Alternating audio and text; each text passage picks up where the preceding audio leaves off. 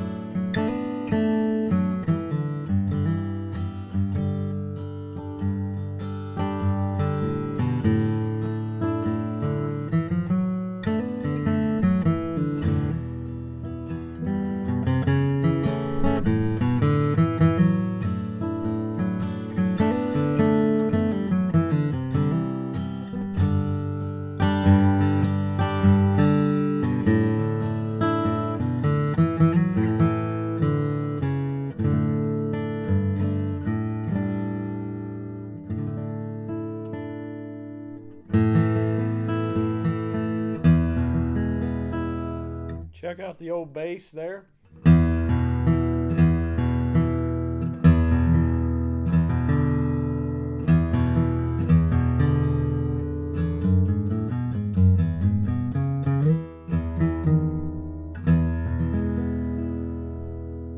And you know, if you haven't experienced pre-war Martin guitars, I'm not talking about pre-war guitar company. I'm not talking about Martin Authentics. I'm talking about pre-war Martin guitars. If you haven't experienced that, sometimes people think, oh man, it must be just this biggest, bassiest. And there have been some that are that way. There are differences. There are big differences as they were establishing things and kind of getting in the groove. But when I think of 35s, and this is the fourth 35 D-28 I've played, and when I think of them, I always think balance. So they're not some of the muddy qualities or really, really deep qualities that you might have seen, which I always think of 80s, 90s, early 2000s Martin kind of running into that kind of sound. That's not what you get out of these, at least not one that's a good one at least. A good one, you'll get balance.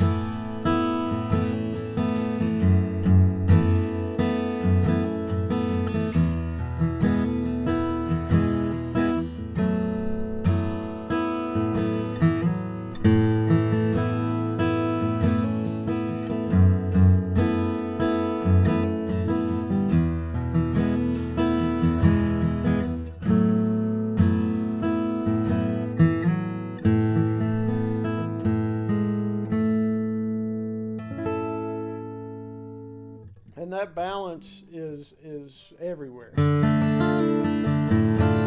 It's up and down the fretboard.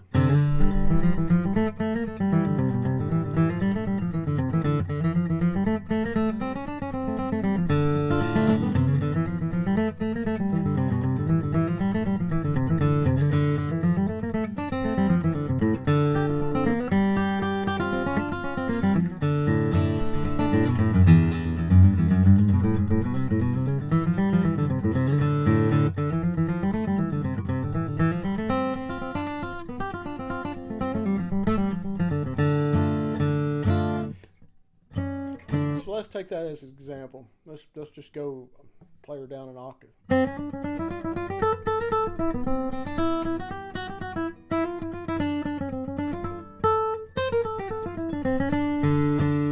Balance.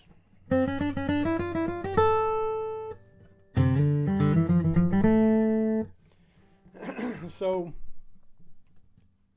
like I say, you may think boom, bass, mud. Oh, I don't like rosewood guitars. Oh, whatever. I've been there. But you don't get that out of these. You know, they cost us, well, I will say, unless they have been messed with. I have seen some that have 17 top cracks, and they've got so many cleats in them that they do end up sounding either like you're doing this all the time, or they sound really, really bass heavy, real kind of tubby.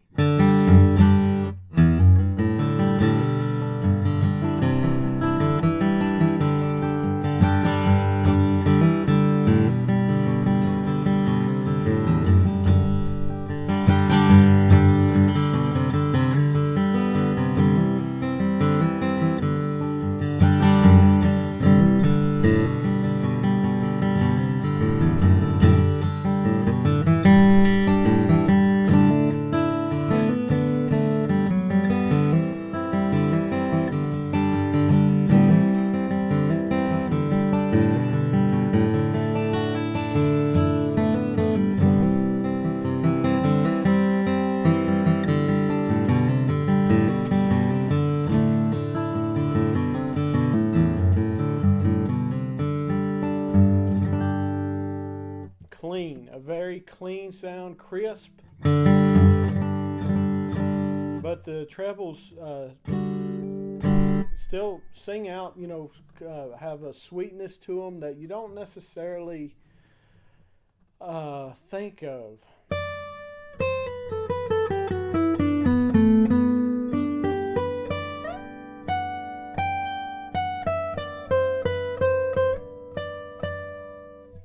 You know, it's, or you don't think of necessarily with Adirondack, you know, when you play, and again, I'm talking to people who don't have a lot of experience with pre-war Martin guitars. A newer Adirondack, sometimes if I have a complaint with them, the trebles might tend to cut a little bit too much. But it always seems to me that a little bit of age, the trebles, they'll still cut through, but they're nice and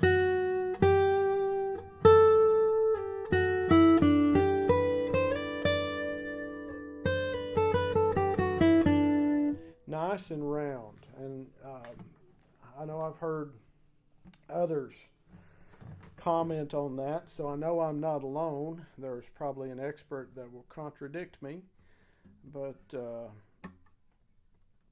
hey, you know, there's armchair experts everywhere, right?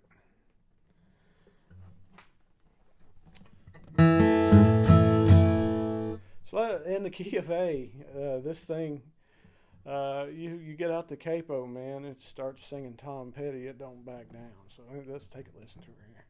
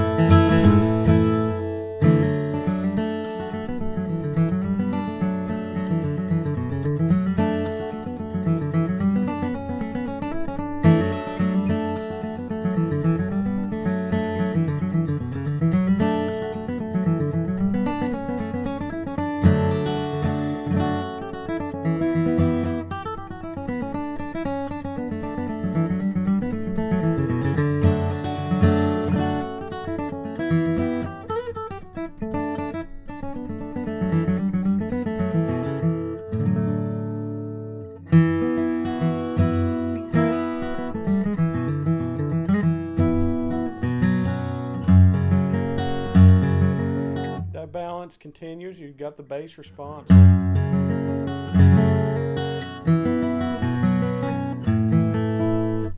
But it's not getting muddy. I'll keep saying that. And those who have ears that aren't full of mud, you can hear it for yourself. You don't need me to keep saying it. Key of B flat.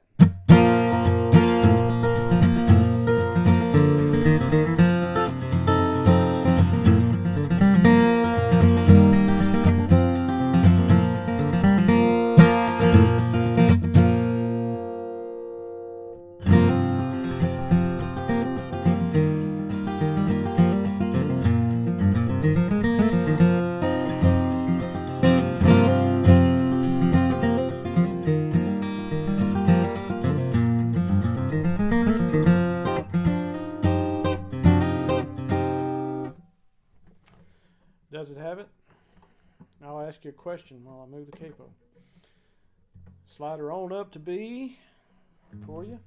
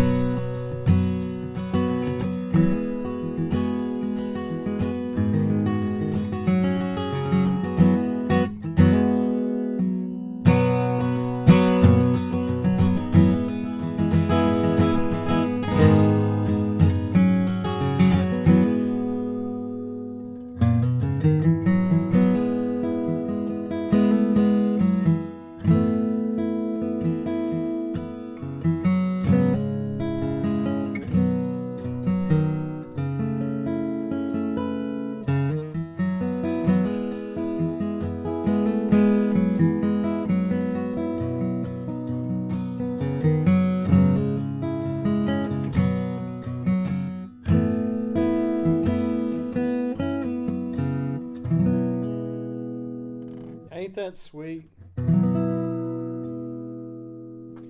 And notice the subtleties, how the subtleties pop out.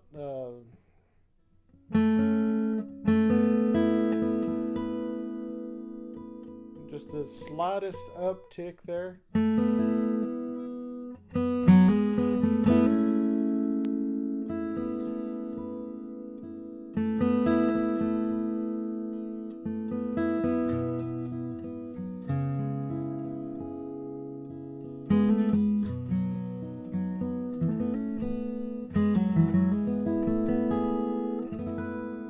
That's because you don't have to beat an old guitar to death. I had an employer, my first what I call my first road gig, a gentleman from Louisville, Kentucky, who shall name unnamed, but owns one of the best pre-war 28s that I'd ever played, and I held everything to his standard, or the standard of his guitar, not his standard, but the standard of his guitar. And I remember that was what really stuck out, because people say, "Well, Zoom guitar's really worth the money" and all that stuff. And I tell you, there's something to a very finite level of control on a guitar that you don't have to beat the tar out of. 5th fret.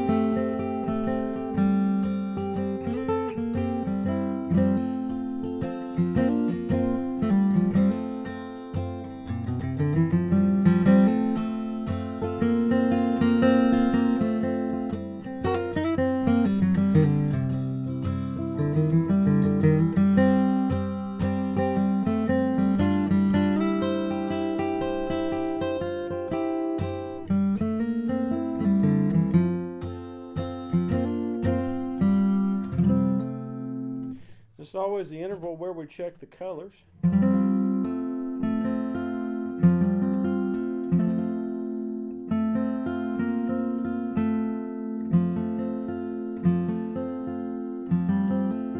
Notice the difference there.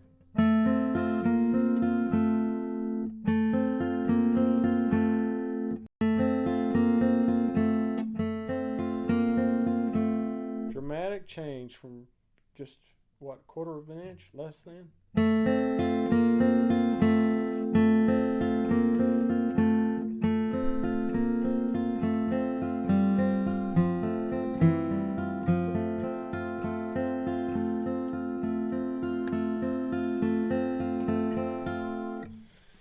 Okay, well, that's what you get out of a old guitar. They say, what do you get for your money?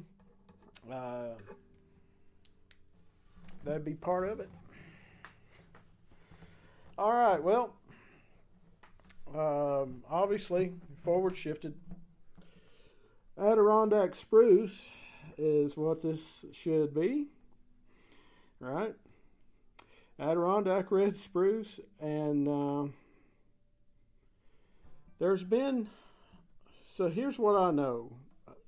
Hang on. As usual, I am not a vintage expert. You can go to the internet for that and get all the vintage expert you want in person or online. So I'll tell you what I know. I'll tell you what was described to me. And if you're interested in this guitar, obviously, you're probably you're either an expert yourself or you're gonna consult with an expert. At this level of instrument. Adirondack red spruce, there's been a little grain repair right there. You can see just a little line. There has been just a minor pick guard crack. I don't know, what, half-inch long?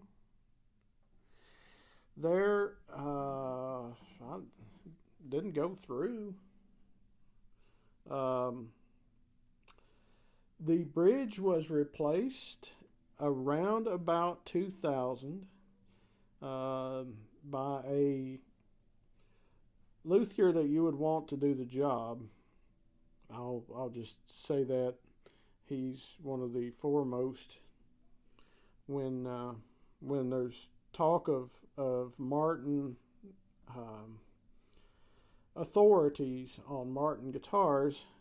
It was one of the foremost authorities that we would know of that did the bridge replacement. Bridge plate, original, braces, non-tampered with. What can I tell you? A neck set has been performed, somewhat recent neck set. The action, this is a couple of thousandths higher than I run mine. It's not high at all. It's a medium. It's running right down the center of medium, and I tend to go, I would call mine low medium, because mine's about 65 thousandths, not the 12th on the Treble E. But the good news, if you like to run your action pretty low, you've got a ton of saddle in here because the neck was reset. Check out the Brazilian. Oh my goodness sakes alive, clean. I understand there has not been finish work done on this guitar. I understand from documentation that it is completely original finish, and man, you talk about cleanliness. I have only played a couple of examples of pre-war Martins that are this clean. And now back to the Brazilian, like we were talking. This is the early stuff. Has kind of that gold thing going on, I guess you would say. I've heard people call this bird's eye Brazilian, and this is not something that was used. This, I mean, geez, oh Pete, man, That's good looking. That's good looking. I don't care who you are. That is good looking Brazilian. There's your other side there. You'd be looking at the base side. There's the butt of her. Obviously, 35, we're dealing with a larger neck. If you play modern 1 3/4 type vintage necks from folks who make some reproductions, this is no problem. This is on the smaller side of a lot of necks that are reproduced today. As far as at its thickest point, this is smaller than a lot of stuff that comes out of the custom shop or that comes off of some of the other Martin Authentic lines. You know, as far as if we're talking about the thickest point of the neck, of the playing surface, the back of the neck. I'm not going to talk about up here by the heel because that's not got anything to do with the playing, what you're gripping. Volute, of course, the old mastery of the European craftsmen who were employed at Martin at that time. It's amazing. It's amazing, the cleanliness, the precision, all that. And these are the original tuners. I believe that's what I was told. And going on my memories, those look like the original Grovers to me. That's what I know. I mean, it's, man, it really speaks for itself.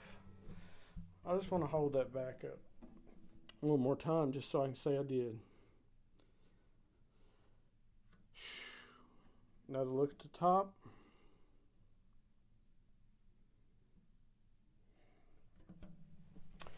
So there she is, boys and girls. 1935. D-28 under the ownership of Dale Owen. You can see the description box if you are interested in this guitar. He's eastbound and down, loading up and trucking, and I don't know what he's going to do with this. He said that he didn't know if he was going to sell it. He wants to kind of collect some stuff and hold it back, so I don't know. But you can talk to him about that, and he'll... I mean, when a man owns a guitar like this is supposed to have the original pins in it as well, is what they've told me, which is really, really cool. That's really cool, man. Wow. But you can see the description box. Talk to Dale about this guitar, and I'm sure he would love to talk to you about it. If I owned it, I would love to talk to you about it. I don't even own it, and I'd love to talk to you about it. Appreciate you guys. Hope everything's going good. Subscribe if you haven't done so. Take it easy.